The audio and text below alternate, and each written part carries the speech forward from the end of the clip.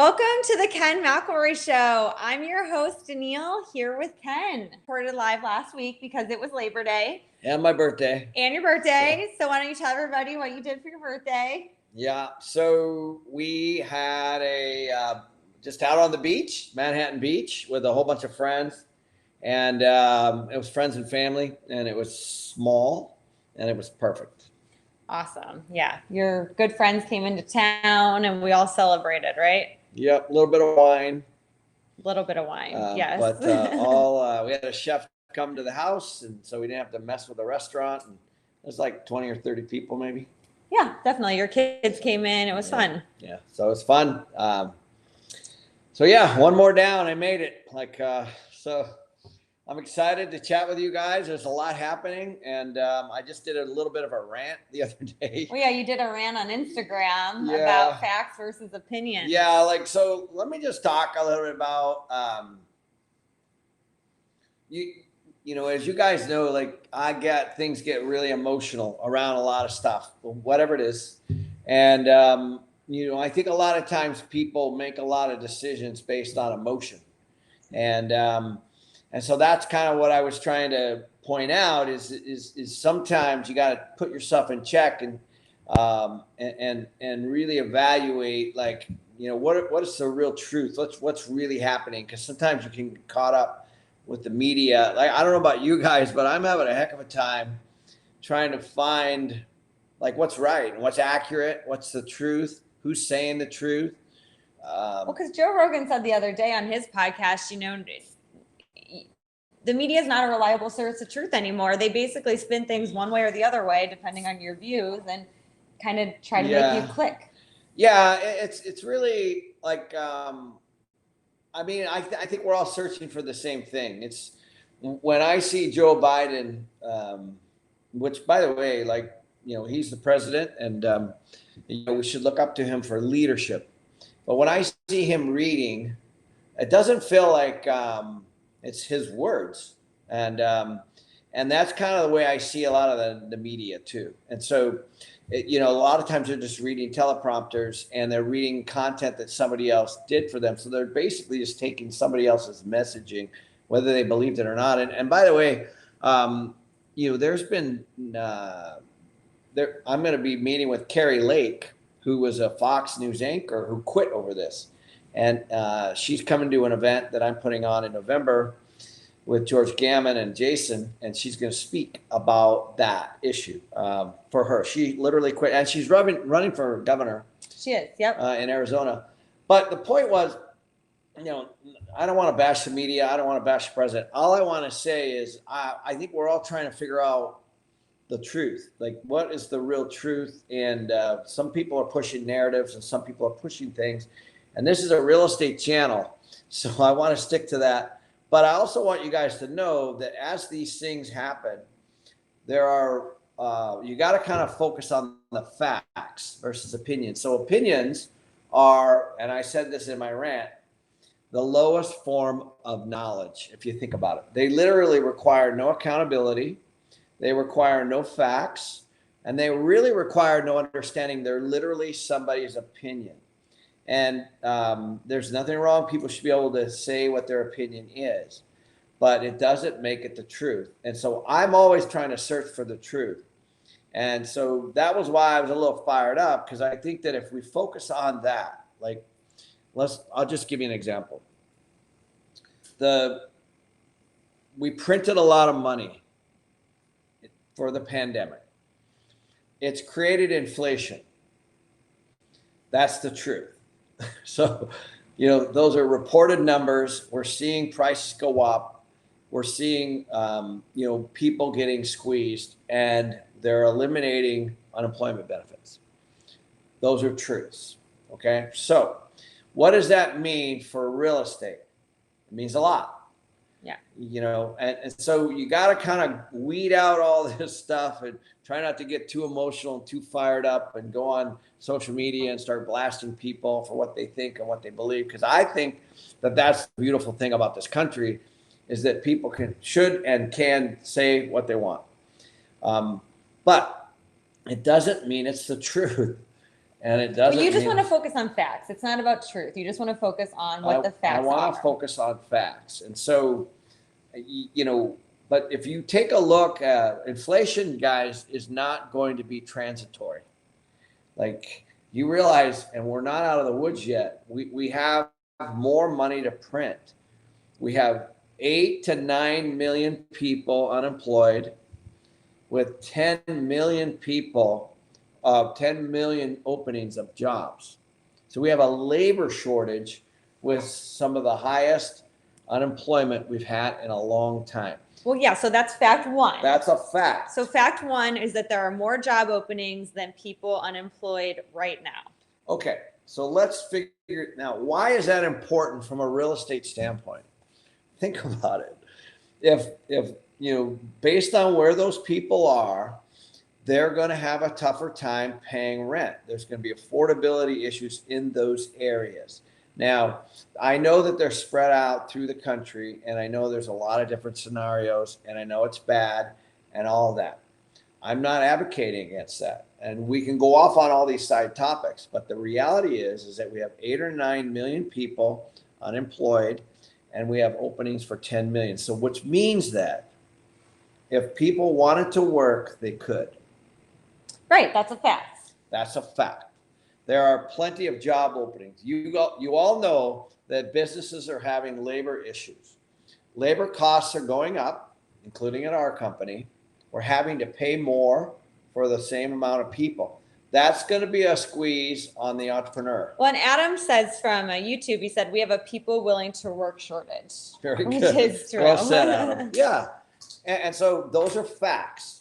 And so nobody's really talking about these kinds of things. And that's what frustrates me, because these are core issues that now I don't want to get in who started it, because everybody's got the blame game. Trump's, blaming Biden, and Biden's blaming Trump.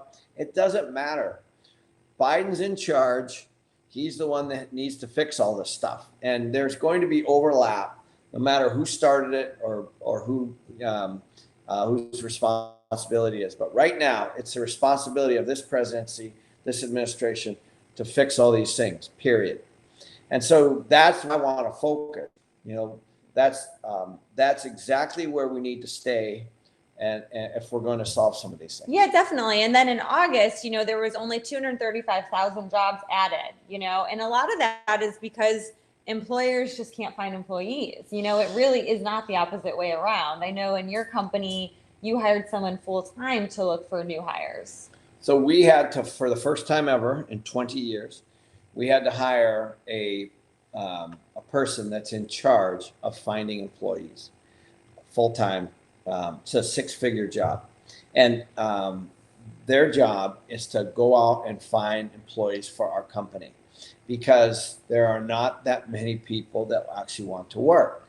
And so, like it or not, the money, when we sent people home and gave them all this money, then they enjoyed it, and so a lot of those people are evaluating on what they want to do, which is totally fine, and where they want to do it, and they're evaluating on how much money they're willing to work for based on what they're getting from the government. Yep. And Laker Mark had said not all jobs are equal, and that's true. But if you're not working and you want to work, what is also true is you could be working. But that's a good point. And so I think that people have a choice on what they want to do, for sure. But, there's also education levels, and this is the power of education. There's also education levels that kind of even the playing field. And I'm not talking about formal school. I'm talking about what you're good at. So if you're really, really good, like my dad never went to school. He was a contractor his whole life. He was hitting an HVAC contractor. He was very good at it. He always had work if he wanted to, because of the way he did business.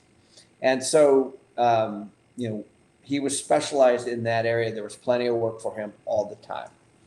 And so I think what we have to focus on here is, what's their skill set really, And because people that have good skills, whatever it is, it could be somebody that's really good at graphics and the internet and social media that never finished high school. It doesn't matter if they're moving the needle in their own world and they're doing a good job for themselves and the clients or where they're working, they're going to get employment somewhere. Yeah, but I mean, I think just going back to it, if you want to, fact is, if you want to work, you can be. So not all people want to work. So that's going to be a problem moving forward. Yep, and now you have the unemployment, which is expired, the additional unemployment bump. And then the eviction moratorium has expired in most states, or it's about to be expired in every state. So now again, back to real estate. How does this tie back to real estate? Because that's how I look at it. What it means is that there's going to be people that are going to move to affordability. That's what this means. Because their unemployment benefits are gone. They have whatever savings they had, if they have any, and they're going to have to figure that out. They're going to roommate up. They're going to be where they want to be, and they're going to pay what they can. And they're probably going to get a job. I would guess that that's probably true. So we're assuming that the lower paying the jobs that aren't filled right now are going to be filled now that people are off the additional unemployment over the next few months. That's correct. Yeah, and I think you guys are just seeing the beginning of this. And one other wrinkle before we jump off of labor. As we know, the president just said everyone needs to be vaccinated on companies 100 employees and above. And we also know that there's lots of pushback with the governors and the sheriffs and the mayors, and there's all kinds of stuff happening right now. But here's what we do know.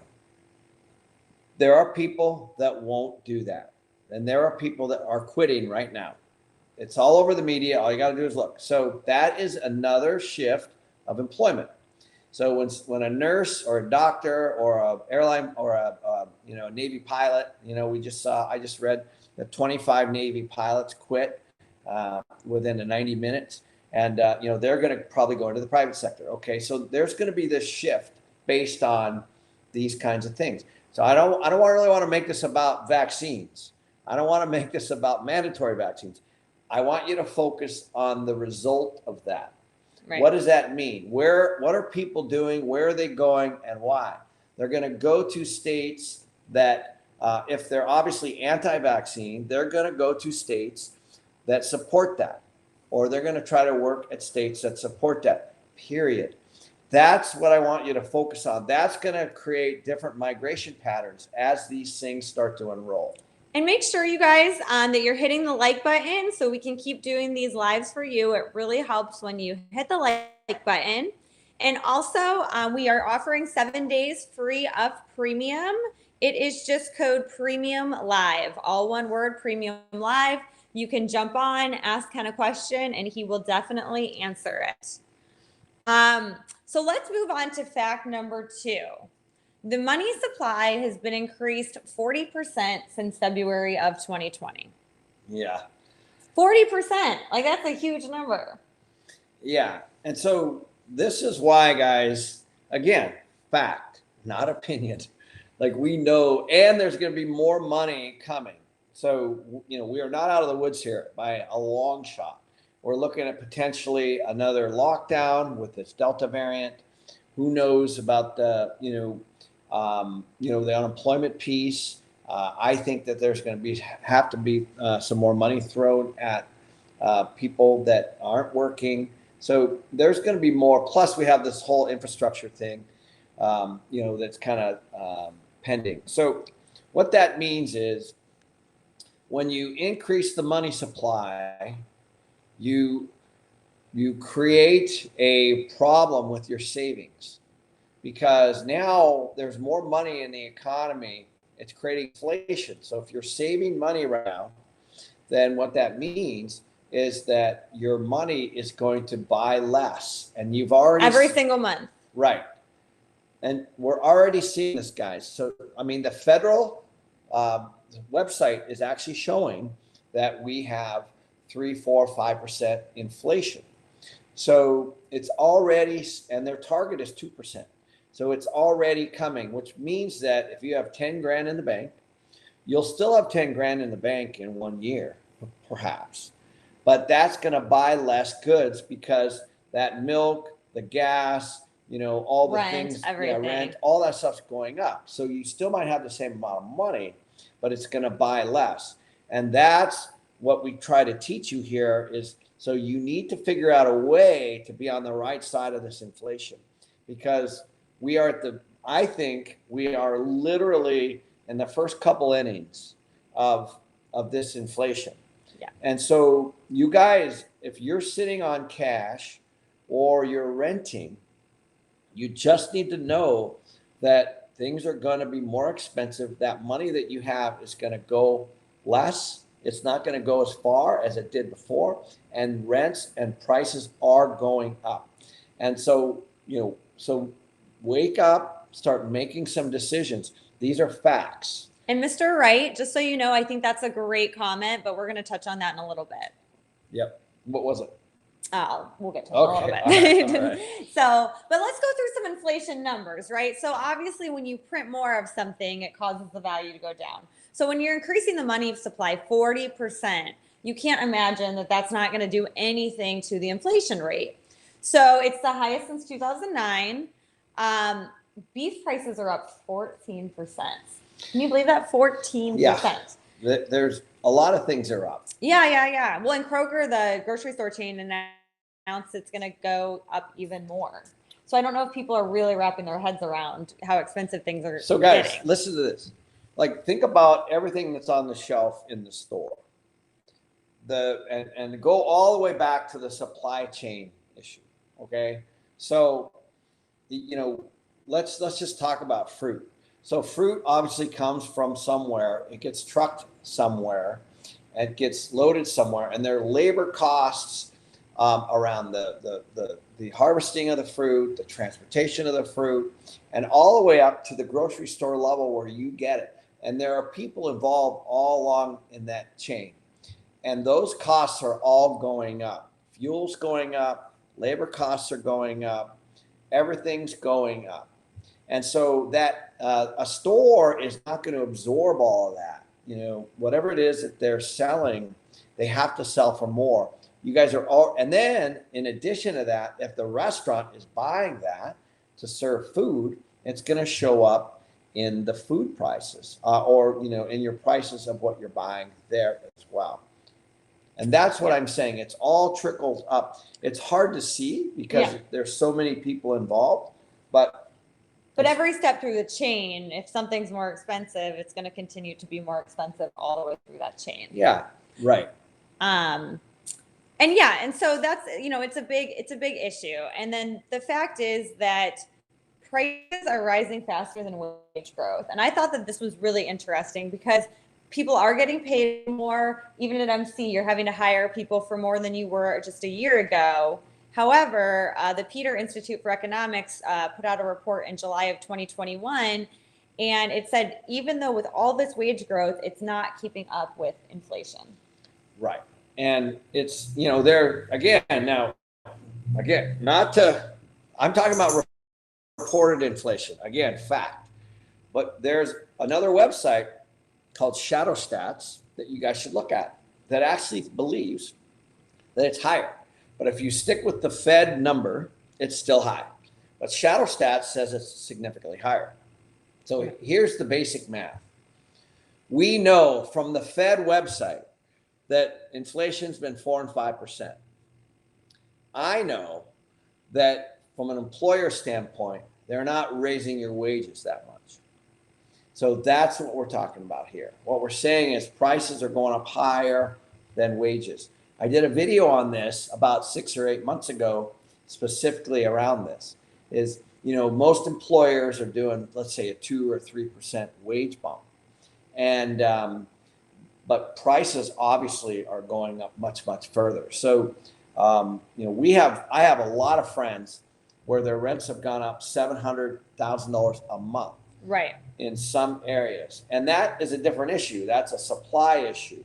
That's more people coming into a market with not enough supply. So the demand's high, supply's low, and that is, that's a demand inflation issue. Right, but let's just stick to, we were talking about where the inflation is going to be higher than the wage growth. So Yep. people that are all excited about making more money and, everything else, which is good. However, if inflation's rising higher than your wages, it still puts you in a bad spot. Which moves us to our next fact, which is inflation affects the low and middle class. Yeah. That's who gets hurt by Right. inflation. That is it. And that's unfortunate. I mean, it's horrible. And so people that are on a fixed income are in big trouble. So you think about I don't know about you guys, but whenever I'm at my grocery store, there's um, some incredible people at the end that are always bagging my stuff. I always slip them a little cash. Like I gave one guy $100 bill. He was like 80 years old. And he looked at it, he stuffed it in his pocket really quick. These are the people that those grocery stores can't afford to just start arbitrarily increasing their per hour rate. They Right. just, they're a business and they're trying to figure it out. So I think that, you are potentially going to see more and more and more squeeze down on those kinds of positions. The employers are not going to just say, you know what, our costs are going up, and they're not going to just give you additional pay as a result of that. You're going to have to go out and seek that yourself. You're going to go out and figure that out yourself. And if you're on any kind of a fixed income, which a lot of people are, like a Social Security or a disability or a pension, it's going to be a problem because that number is not going to change. Right. But even if you are making more, and you're not keeping up with inflation, you can't just keep getting new jobs every few months to keep up with this. And what Willard had said is spiraling inflation, which could happen, which did happen in the 70s. Yeah. So stagflation is what I think perhaps what he's talking about. And stagflation is high inflation and high unemployment. Yeah. And you take a look at that, you guys, that is what the government is trying to avoid, but it's happened already. The biggest issue I think the government has is deflation. So they're afraid of deflation, if you think about it, because deflation means that prices deflate. So think about if housing deflated. Obviously people would be in a big Well, people are happy with inflation. Inflation makes people happy because, the price of things going up doesn't make them happy, but they get wage increases and they get their house price goes up and the stock market goes up and everything goes up. If you let deflation happen, then people, a big part of the voting population and the political, system is unhappy with that. Yeah, and so they do it for votes, even though it can be a train wreck later. Right. So here's another way to think of the reason why the government might want inflation. You guys hopefully are aware that we have a massive government deficit. So what that means is that we're spending, and we have been for a long time, spending significantly more than what we're taking in. So the government is basically like a big business.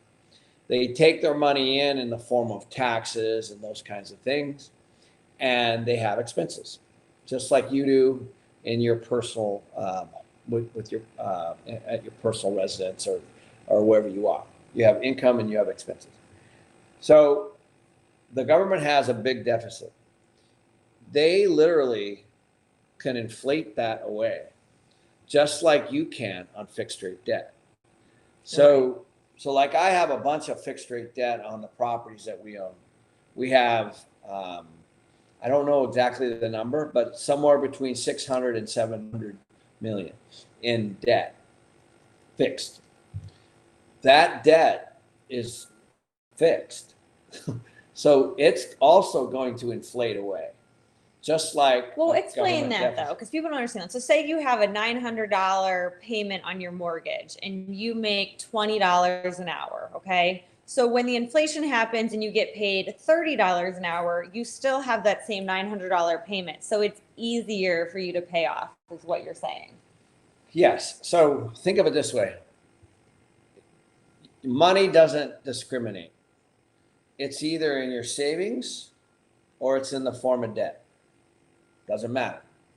Okay. If it's in the form of debt and you have inflation, in both cases, it gets paid off later or used later for less. So let's just say that you own a home and the home is $500,000 and you have a $300,000 debt. If that home appreciates and the dollar actually goes down and we have inflation, you still have 300 in debt. You feel like you're richer, but what's happened is the dollar's actually devalued a bit. If you really want to freak yourself out, go Google what the dollar's done from a purchasing power in the last 20 years, and you'll see that it's significantly been reduced. And I think Liberated had a really good question here. He said, if people start working, won't that bring down labor costs to normal levels? Potentially. It's a good question. Mm-hmm. It's a really, really good one. Again, it's a supply and demand thing. Right now, there's 10 million openings. We know that. And so when there's nobody coming, different employers are doing all kinds of things to try to get that employee. Mm-hmm. They're signing bonuses. I've heard people offering money for people to just come interview. Yeah, Amazon's paying for people's college. Yeah, so those are things that are good. So if you are looking for a job career change, now is a great time for you to negotiate a really good deal with your employer. Potentially you have a window. I don't know if that window is going to close or not, but he's right. It's a supply issue. There's more jobs than there are people. So therefore, the leverage is actually with the people at the moment. It hasn't been that way for a long, long time. So take note. Stay or not, and we don't know. So look around. If you're looking for a job, if you can get your college education paid for, that's a win. Yeah. So those are the kinds of things that you should be looking for if you're reentering the job market or you're looking to make a change. And Willard said, load up on debt when inflation is rising. And that's like so true.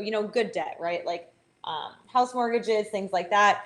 We've said this before on this channel, but the key is to be invested in assets that move with inflation. If you're renting right now, you're going to see huge rental increases. You're already seeing them in Phoenix. You're seeing them everywhere.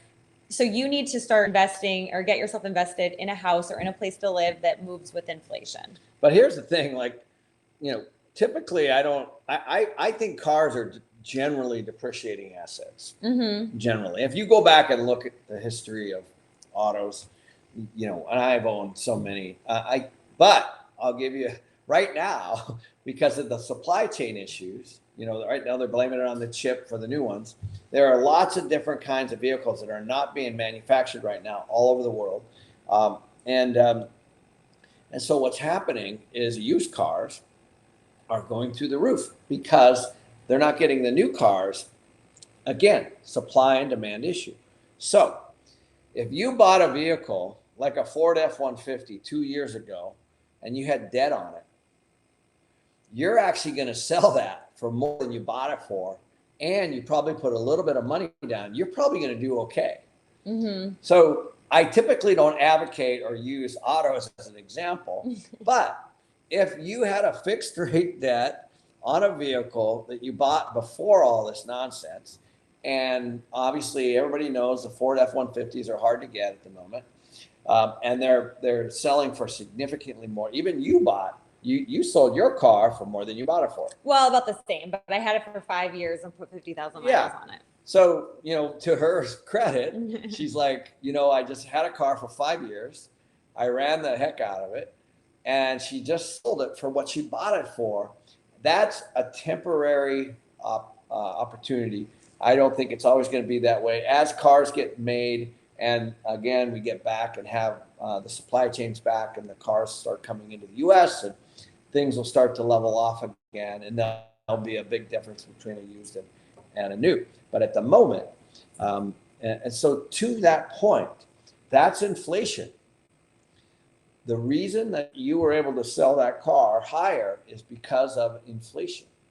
So something they're talking about in the comments, which I think is really interesting, is Florida to Maryland. I think that's the gist of your YouTube name, is saying that deflation is actually good. And so that's actually true. To a normal person, deflation is good because it gives you an opportunity to buy assets and then get involved in the market. However, it's not good if you own, assets that rise and fall with inflation. But George is right. I had a chat with Gammon about this, and he did a great video on this, and he's right. It just depends on how you look at it. If you're an investor and you own real estate, it's not good. If you're a renter or a student trying to get into the market, it is good. So I'm going to mic drop it here, but who do you think that the politicians care the most about? Their friends that have all the assets that want more inflation than deflation, would be my guess. Right. Right. I think there's a couple factors happening here. One is the Federal Reserve has already said that if you look on their website, their target is 2%. So what that means is they're pro-inflation. That's what it means. That means that in 10 years, inflation is going to be 20% on their target. Okay. It's going much higher than that. And so that's why it's getting a lot of attention, because inflation is actually higher than that. So, and back to that federal deficit issue, don't forget the Fed has debt too. So if you look at this happened in the 40s. Back when, after the war, there was pretty high inflation and there was high debt. They had high debt because they financed the war, and they reduced their debt by almost 40% by letting inflation rise. So just Google it. You'll see. I did a video on this about a year ago, and it's pretty interesting. So the Fed and the government is looking at all of these things. I can assure you of one thing. They're not looking at us. Exactly. And if you're watching and you still haven't hit the like button, you have to ask yourself why. So go ahead and slam the like button for us. And also remember, you can go to kenmcelroy.com/premium and code premium live to get 7 days of premium, where you can jump on and ask us questions. By the way, guys, I appreciate this is some really great interaction here. Thank you. Really, really, really good questions here and comments. Exactly. So we're going to move into our premium questions for today. I really liked this one. It was from Nathan. And I like this for our younger audience too, or if you have kids. It said, if I decide to not go to college, how would I then get my foot in the door? Ooh. Okay. So because you kind of talk a lot about maybe college isn't right for everybody, and is it worth the debt? Yeah. So Right. So first of all, I'm pro education. I'm always reading 2 or 3 books. I'm always watching YouTube videos like you guys every day. I'm on the phone with so many people. I'm always trying to change my opinion or get more knowledge. And so this is not, I'm not necessarily against college, and I'm definitely not against formalized education. I think you got to be careful on who your teachers are. That's the number one thing. So who do you get your information from? And if it's from somebody that is literally just taking some curriculum and reading it, and they don't have any experience, then I don't actually think that that's the greatest teacher. So my greatest teachers have been people that are, I call it in the arena. They've been mentors of mine. So I went through formal college, as you guys know. I wrestled. I went through business school. But And it taught me a lot of things. It taught me to live on my own. It taught me how to study. It taught me how to get prepared for things. So there's a lot of life lessons that I learned while I was in school. But I didn't take anything from school and apply it later at all. When Mr. Wright said pro education or pro degree, because there's definitely a big difference. Yeah, I'm not necessarily pro degree. But again, I have friends that are, it depends on what obviously I want my doctor, my lawyer, and my CPA to be very degreed. I do. I want engineers that are designing things to be very degreed and very educated. But there's the majority, I think, it's pro education. I believe that I was listening to, I'm not a massive fan of Kevin O'Leary personally on the Shark Tank guy. But one of the things I watched him in a YouTube video was that he used to say that one of the best degrees and one of the best ways was engineering. And he had all these reasons. And he said, now you don't need a degree. The most valuable person is the graphic artist, social media, digital person that can learn how to sell stuff online. Right. And I agree with that. And so the power of the internet and the way things are moving from the traditional, bricks and mortar model to people are buying online and they're being influenced online. Things are very different today, and I don't see a lot of that being taught in school, and at the moment. And maybe they'll switch, maybe they won't. But those kinds of folks, are very, very, very important as companies hopefully make that transition into the next chapter of their business. But I also think that, let's just get real. Like, I think that college is kind of like an old school mentality. Like, there's so many online programs, real estate programs. Actually, we have a few real estate programs on our channel. You have marketing programs. So to go spend, $100,000 on a degree, unless you're going to be a doctor, a lawyer, or a CPA or something like that, seems just illogical. Yeah. And I think what we're starting to see is this student loan issue. And I think, like, we have friends that have graduated as doctors and they have $200,000, $300,000, even $400,000 in student loans. And guess what? They're renting. Right. Because they're behind that payment. And so I don't think that the school system, I don't think that is the intent. If you need the money to go out and, and you can pay it off, like I did. I had student loans. It took me a few years to pay them off, and I paid them off. And so, but nobody should be out of the, they can't invest. They can't buy a home. Right, because their debt, explain why, because your debt to income is too high. Yeah. So if you have, $60,000 in student loans and you're making $50,000 a year out of school, your debt to income, you have too much debt to support your income to take on a loan. So it's very hard to get a mortgage. So so they're still doctors and they're still practicing, but they're renting. And so, I think that's a real problem. I don't think that should happen. And same thing with a teacher. If you're going to become a teacher, and we all know that, this is a hot topic, that teachers, I think, should be paid a lot. But they're, you were a teacher. And I made no money. You had to have, multiple jobs, right? Yeah, three jobs. Yeah. So she had extra jobs, and this is not unusual for teachers. No. They have roommates, they have second and third jobs. I don't, that I don't think is right.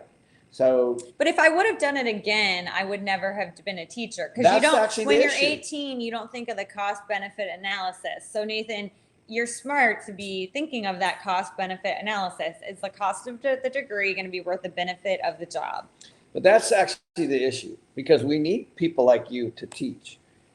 Really. I mean, you told me, I think, that of all the people that were in your classes, there's only a couple left that Yeah, are there's just one or two left still teaching because it doesn't pay enough. I out mean, of how many? a big portion of pay enough, about 20 Okay, some. there you go. That is pretty common. So that's not good. And that's who's teaching our kids. Mm-hmm. The people that they're tough, they're under these, and they're going to get killed on this inflation stuff. And, so this is what I'm talking about is we really, really, really need to take a look at, this system, the way it's, and so personal education is going to be where we're headed. Colleges are already moving to Zoom, as you guys know. They're moving to online. My son, both of them got displaced during the pandemic. Both, they moved home, and they were both in their bedrooms.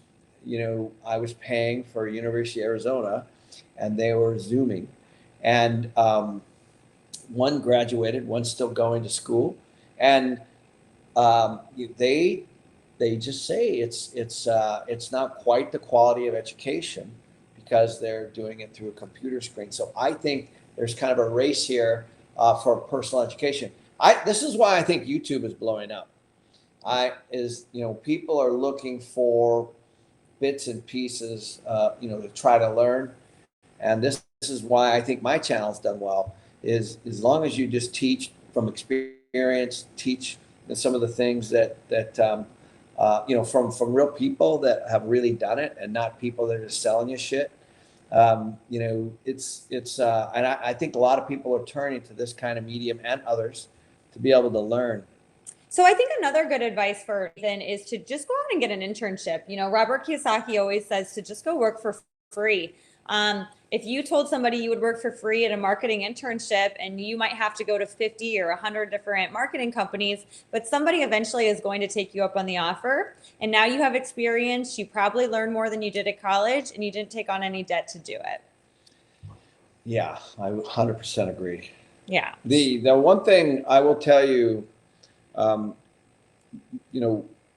you don't have to do that now. You don't have to work for free now because people will pay you. That's true. But, if you get an opportunity, one of the things that my kids, I encouraged them to do was get internships.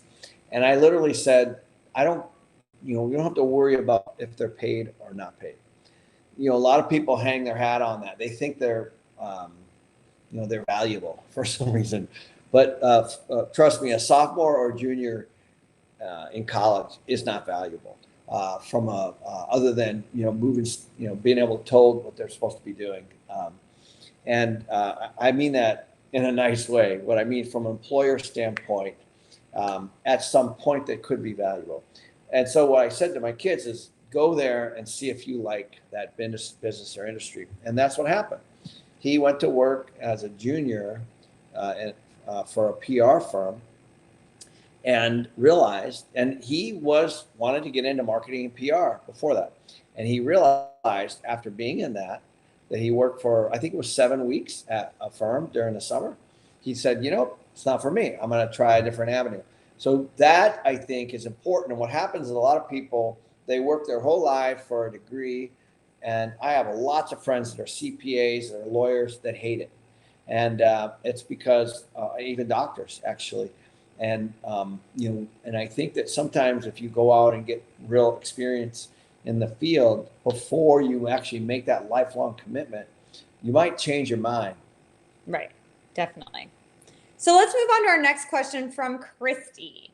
She said she's moving states, and she could sell the house that she's in now and go buy another house in another state. However, what she would rather do is rent out the house she has now and buy a house in another state. But she doesn't have enough for a down payment for the new house. So what are her options other than selling her first home?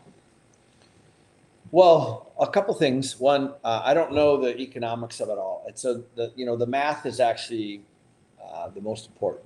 So in your case, you went and got a line of credit against the equity. In my initial home, yes. Yeah, and that got you the next piece. Right. The one thing about the rental that you have, I don't know how much equity you have in your home now, know what that means. So that's an important piece. If there's just a little bit, you have to look at the cash flow from that. You have to start with the cash flow on the one that you're thinking about renting. And if there's not enough equity and there's not enough cash flow, then I would sell. But if you can make that work, and my guess is you have equity because of the way the market's been jacked. You want to try to go out and get really low cost fixed rate debt, not variable, at the lowest that you can. Fix that number for good and make sure that cash flows. Scoop whatever equity you can, and hopefully that works, obviously, in your new location. Yeah. I know a lot of people that are doing this. They're actually renting their homes, and they're going to, and they're waiting. They're waiting to see if there's going to be a correction in the housing market. They're waiting to see where they want to be permanently. And so there's a lot of money sitting on the sidelines, kind of deciding on where it's going to go.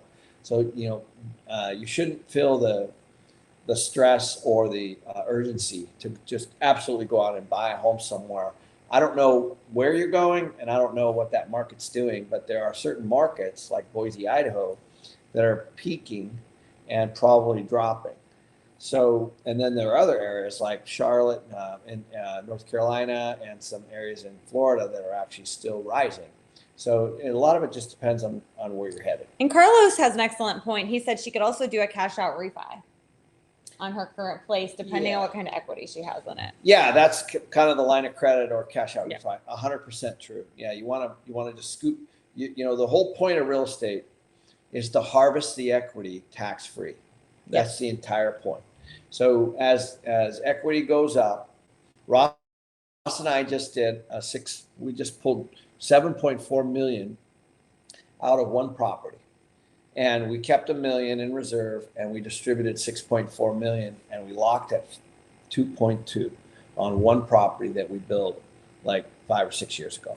So that's the whole point. Tax free, by the way, because it's debt. So you don't pay tax on debt. It's not income.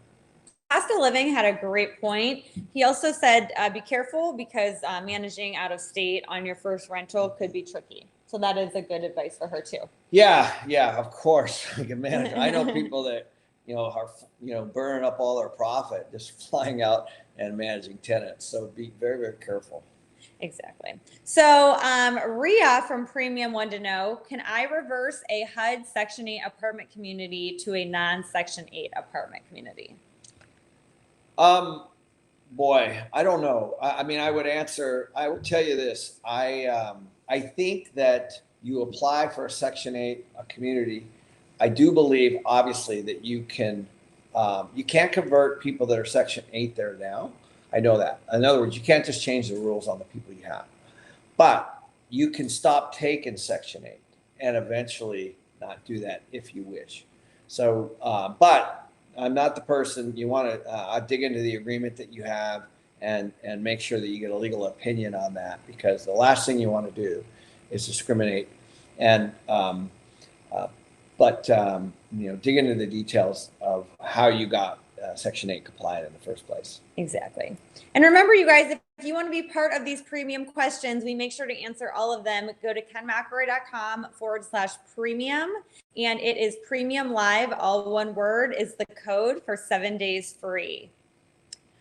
Okay, Wei Hyen, I hope I'm pronouncing that right, from Premium wanted to know, where can I get accurate data for a property to determine if it has good cash flow and cash on cash return? So this is always a tricky one. We just put this property in escrow in Austin, Texas, and the owner had it for 17 years, and the broker listed it, and so he's getting the information from the seller. It was incomplete, so the broker gave it out to everybody. It was also incomplete. The broker did not know it was incomplete, so during our due diligence, we flushed out all this additional information. So sometimes the information, well, first of all, the information is always there. There are tenants with leases, real documents with real numbers. There are real expenses, real utilities that get paid to utility companies. There are real property tax numbers that are paid to property tax assessors. So those are things that are facts. They're not opinions. And so unfortunately, on the less sophisticated owners, it's harder to get that information. But it's available. It's all public record. You actually can go find out the utility use at a property address before you buy it. You can find out what the HOA fees are through the homeowners association. You can find out what an insurance company will charge at a property before you buy it. You can find out what the property taxes are just by Googling the property tax assessor for your area and putting the address in. So you can kind of get close.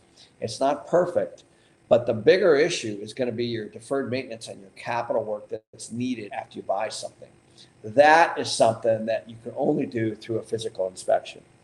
And you definitely want to check, the pro forma or, whatever they send out saying this is how much we're getting for rent. This is how much, all this stuff is, because you need to check and make sure that is in line with the rent prices that you're seeing on Zillow and Craigslist and anywhere else that units are listed. Yeah. And I always say trust but verify. So, the information, if somebody's selling something, they should typically have the information for you to look at. So our next question is a very interesting question, and it comes from Joy. And I think that all landlords are in this position at some point. So I thought this one was really good. So she said, if my tenant wants to pay 12 months cash, the full lease up front, as long as I don't do a credit check, should I take it? Well, I think they've done a couple of movies about this. So, there's a reason, guys. So, it sounds appealing. Yeah, I don't think it benefits you in any way to do that. Obviously, there's a reason why somebody doesn't want their criminal or credit background pulled. I don't know why that would be, but I think that I would be very careful. You're better off to have there's nothing. I have senior properties where they come in and they write literally a check for every single month, and they give our managers 12 months of checks. So she just pulls one out of her drawer, deposits it. That's a little bit different, but we still run a criminal credit and a sex offender check on every single resident that moves in. You got to think beyond that. What is the purpose? Why would somebody come in with all this cash and not want you to look into their background? Right. That's really that simple. And especially if you have people living next door, above, down, whatever, in that proximity. So you potentially could be culpable and liable for moving somebody in next door to somebody that's maybe, and I'm not saying that these people are going to do anything bad, but you just got to dig into the reason why. And so I would never do that. Yeah. So let's talk about just some of the things that could happen. So if they're giving you cash, maybe they're a drug dealer. So maybe you're moving a drug dealer into your unit, and now you're going to have to deal with everything that comes with that. And you're still going to have to get them evicted. Just because they're paying 12 months in advance does not mean you're not going to have to go through the eviction process, because where are they getting that cash at? Why aren't they wanting a credit and background check done, et cetera? Yeah. Guys, this is how money moves. Like, people pay cash for things that they don't want to show up on anywhere. Mm-hmm. So that's kind of the whole point. That's why banks won't take that much cash. So, why would you? Yeah, exactly. And at the end of the day too, you're then liable for that cash. You may even have to turn it back in. I mean, there's all these things that go with that. And it's just not good. Like, it's just bad. Like, just rent to normal people. Oh. And by the way, just one last thing. If you guys be careful of taking a check before somebody moves in. So, we've had this happen where they give you a check and they move in the next day, and then the check bounces. So you want to make sure that very first, you either take the check early and it gets cashed and cleared before they move it in, or it comes in a cashier and or cash if you need to take cash. So just make sure that you have full payment before they move in for that first time. This is a common mistake where people, on the day they sign their lease, they give the person a check, they move in, and then boom, it bounces, and now they're already trying to unwind them out of there. And that's a good point. And really, it is a 2 weeks for the check to clear. It hits your account the next day. I used to work in banking, but they can pull that back out in any of the 9 business days following that because they're waiting for the check to clear. So really, you need to be getting payment 2 weeks in advance or doing the certified funds, which is just easier. So usually I just have them do that. That's typically what we do is we get certified funds before move-in. Right.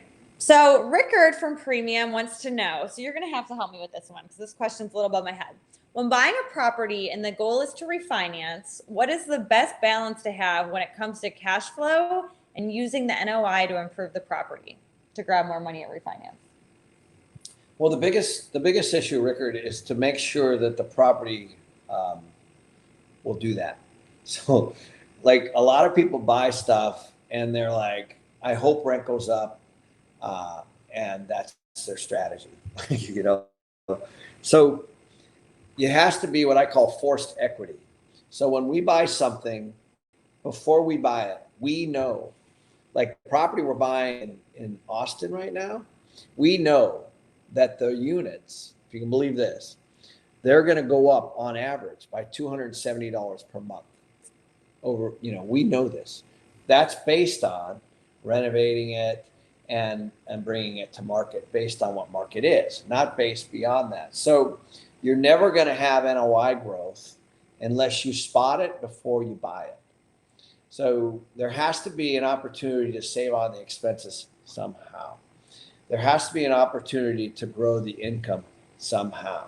That can be through rent. It can be through other income. It can be through reduction of vacancy. But there has to be a strategy. And so based on that, then that determines when you do the cash out refi. So, in my case, on the bigger projects, like the one we just bought in Houston, Texas, we had a $1 million NOI value add. So 648 units, 3 years, super complex on how we're going to get there. But it basically equates to about $1 million.